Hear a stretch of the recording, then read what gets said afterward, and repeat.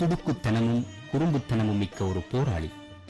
போராட்டத்தில் இவளது ஆரம்ப வாழ்வு மக்களோடு ஒன்றிய பணியாக இருந்தது. இந்த காலப்பகுதியில் மக்கள் எதிரியின் விமான தாக்குதல்களையும் கடல் தாக்குதல்களாலும் பட்ட பாடுகள், இழப்புகள் அவள் மனதில் ஆழ வேரூன்றுகின்றது.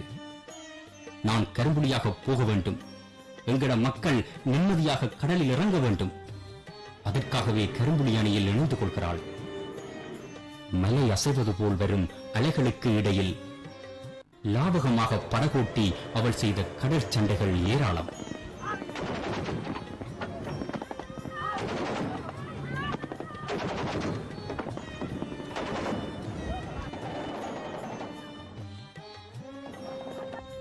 ஒவ்வொரு சண்டைக்கு போகும் போதும் அவள் சொல்லிப் போவது, நான் கடல் சண்டையில சாகக்கூடாது, கடற்கரும்புலியாகத்தான் போக வேண்டும். அப்படியேதான் சென்றாள்.